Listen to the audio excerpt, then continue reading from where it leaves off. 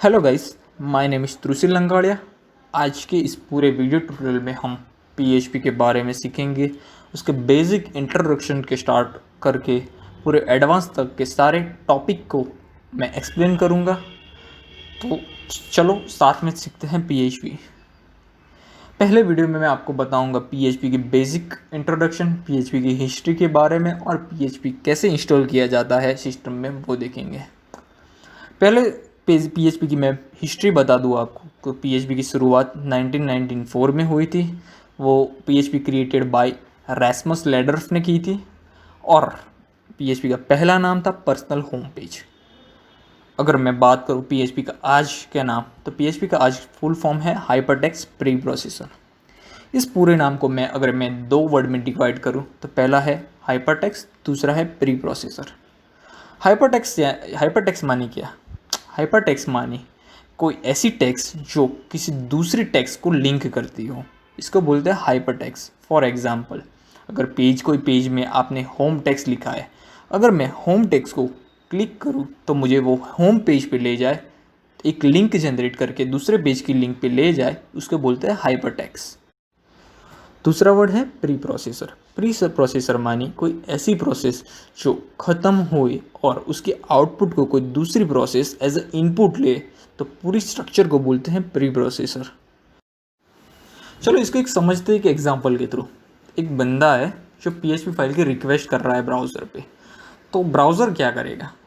Browser वो request को server पे भेजेगा, तो सर्वर क्या करेगा? अपने सिस्टम में वो फाइल को चेक करेगा, अगर है फाइल तो वो एक आउटपुट देगा। तो ये पूरी प्रोसेस हुई कि ब्राउज़र ने रिक्वेस्ट ली और सर्वर को भेजी और सर्वर ने आउटपुट दिया। ये एक प्रोसेस ख़त्म हो गई है। अब दूसरी प्रोसेस स्टार्ट होगी कि जो सर्वर है वो रिस्पांस देगा ब्राउज़र को, वो फाइल की तरह रिस्पांस देगा फाइल की। तो वो रिस्पांस दे रहा है, तो ब्राउज़र क्या करेगा उसमें? ब्राउज़र वो रिस्पांस को लेगा एज ए इनपुट और HTML फॉर्म में वो आउटपुट देगा ब्राउज़र की स्क्रीन पे। तो ये दूसरी प्रोसेस हो गई। मतलब pre processor, hypertext pre processor मानी एक प्रोसेस ख़त्म हो गई और उसी आउटपुट को दूसरी प्रोसेस एज ए इनपुट ले रही है, तो इसे बोलते हैं pre processor, hypertext pre processor. चलो अब देखते हैं पीएचपी की बेसिक इन्फॉर्मेशन। पीएचपी एक ओपन सोर्स लैंग्वेज है। ओपन सोर्स लैंग्वेज मानी आप फ्री में उसको यूज़ कर सकते हो, फ्री में डाउनलोड कर सकते हो और फ्री में इंस्टॉल भी कर सकते हो। पीएचपी एक सर्वर साइड स्क्रिप्टिंग लैंग्वेज है। सर्वर साइड स्क्रिप्टिंग लैंग्वेज माने अगर कोई बंदा रिक्वेस्ट कर रहा है ब्राउज़र पे, तो ब्राउज़र वो रिक्वेस्ट को सीधा ही सर्वर्स पे भेज देगा और सर्वर वो रिक्वेस्ट को एग्जीक्यूट करेगा और उसके बाद रिस्पॉन्स देगा।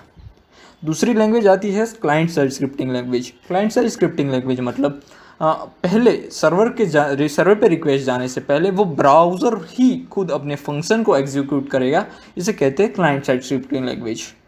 पीएचपी हमारी सर्वर साइड स्क्रिप्टिंग लैंग्वेज है। PHP is used for creating static and dynamic website. PHP का यूज़ हम स्टैटिक वेबसाइट और डायनेमिक वेबसाइट को क्रिएट करने के लिए कर रहे हैं। डायनेमिक वेबसाइट मतलब क्या?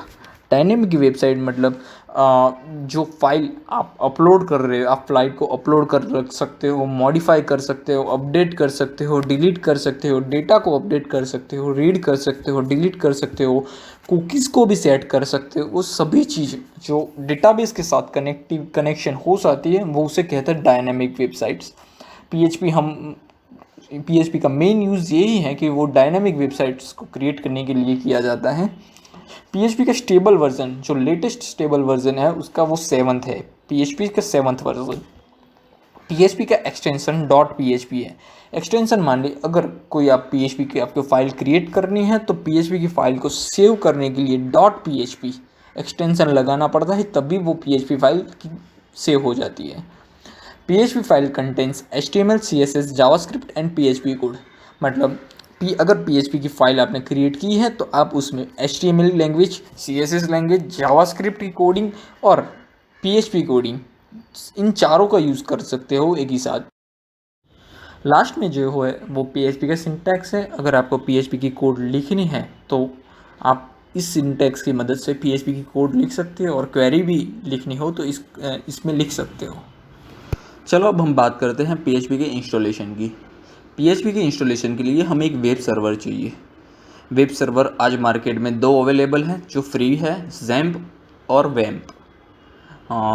मैं तो जैम्प यूज़ करता हूँ, तो मैं इस वीडियो में आपको बताऊँगा कि जैम्प को कैसे इंस्टॉल किया जाए, कैसे डाउनलोड किया जाए और पहली फ़ाइल कैसे क्रिएट की जाए, कौन से फ़ोल्डर में क्रिएट की जाए, वो सब हम इस वीडियो में देखेंगे आगे। जैम्प को डाउनलोड करने के लिए आप सीधा ही पहले गूगल पे चले जाएं और गूगल पे सिंपल लिखे जैम्प डाउनलोड। जैसे ही लिखते ही पहली लिंक आपको दिखेंगी, उस पर क्लिक करते हैं तो आपको एक डाउनलोड पेज खुल जाएगा जैम्प का। आप यहाँ पे देख पा रहे हो कि अलग अलग ऑपरेटिंग सिस्टम के जैम्प सर्वर दिए गए हैं। अगर आप लिनक्स ऑपरेटिंग सिस्टम चूज़ कर रहे हो तो लिनक्स चूज़ करिए।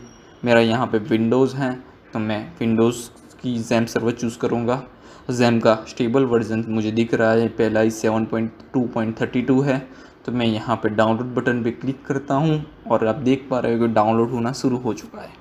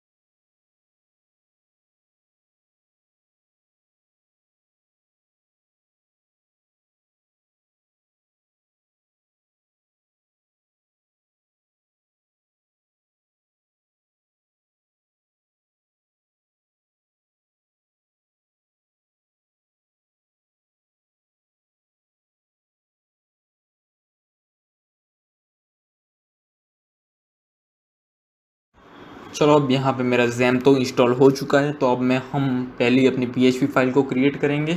पीएचपी फाइल को क्रिएट करने के लिए पहले मुझे जहाँ पे जैम्प मैंने इंस्टॉल किया होगा वहाँ पे मुझे जाना होगा। तो मैंने जैम्प मेरी एफ डायरेक्टरी में किया है, तो मैं एफ डायरेक्टरी में जाऊँगा। यहाँ पे मेरा जैम्प नाम का फोल्डर है, तो मैं जैम्प में जाऊँगा। और पहले पीएचपी फाइल क्रिएट करने से पहले आप देख लें कि यहाँ पे आपका जैम्प में अपाचे सर्वर और माईएसक्यूएल सर्वर चालू है। अगर चालू है तो फिर बाद में आप पीएचपी फाइल क्रिएट कर सकते हो। पीएचपी फाइल क्रिएट करने के लिए htdocs नाम का फोल्डर है, वहाँ पे आपको पीएचपी फाइल क्रिएट करनी होगी पहली।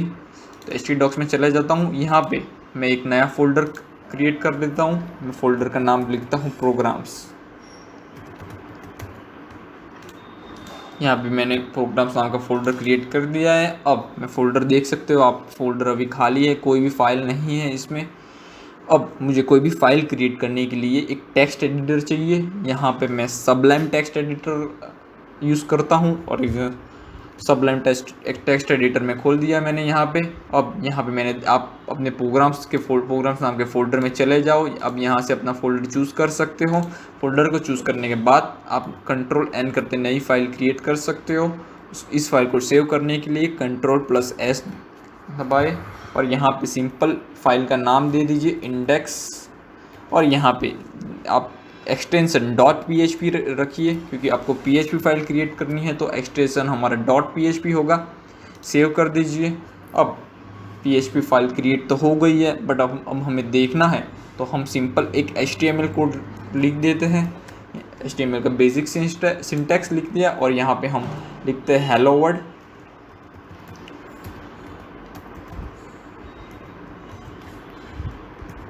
इसको सेव कर देता हूँ और सीधा अपने ब्राउज़र में चला जाता हूँ।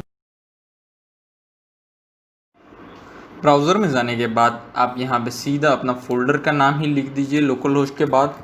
मेरा फ़ोल्डर का नाम है यहाँ पे प्रोग्राम्स। लिखता हूँ तो आप देख पा रहे हो मेरी index.php फाइल ओपन हो चुकी है, जिसमें मैंने HTML का कोड लिखा था हेलो वर्ल्ड प्रिंट कराने के लिए। यहाँ पे आप देख सकते हो कि मुझे index.php नहीं लिखना पड़ा, क्योंकि उसके पीछे का रीज़न ये है कि जो अपना ब्राउज़र है वो बाय डिफ़ॉल्ट इंडेक्स फाइल को ले लेता है, इसलिए मुझे index.php नहीं लिखना पड़ा। तो ऐसे हम पहले PHP फाइल अपनी क्रिएट कर सकते हैं।